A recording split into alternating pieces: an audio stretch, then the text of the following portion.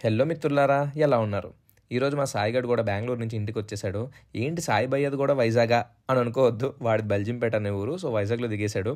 ఇంకా వాడి luggage clock రూమ్లో పెట్టేసి తినడానికి బయటకు వచ్చాం అనమాట. అలా మన వైజాగ్ బిర్యానీ గట్టిగా కుమ్మేసి దారిలో ఒక చల్లటి లస్సీ తాగేసాం. ఇంకా సాయిగడ్ పండగకి షాపింగ్ చేయాలంటే నాకు తెలిసిన షాప్కి తీసుకెళ్లాను. అక్కడ బట్టలు సాయిగడికి బాగా సెట్ అయ్యేసరికి ఇంక వాడు ఆనందంగా హద్దులు లేకుండా పోయాయి.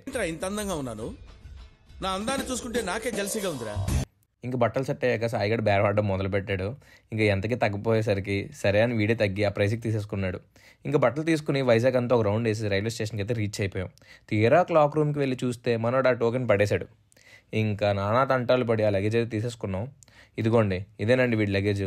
లగేజ్ ఏంట్రా ఎంత ఉందని అనుకుంటున్నారా? బాబు సాలిడ్గా 1 month ట్రిప్ ప్లాన్ చేశాడు. ఇంకా వాడిని బొబ్బిల్ ట్రైన్ జాగ్రత్తగా ఎక్కించేసి కొంతసేపు ముచ్చట్లు చెప్పుకుని వాడికి సెండ్ ఆఫ్ ఇచ్చేసి నేను మళ్ళీ మా ఇంటికి జాయిగా బయలుదేరిపోయాను. ఇవండి సంగతులు. మళ్ళీ నెక్స్ట్ వీడియోలో కలుద్దాం. అంతవరకు బాయ్.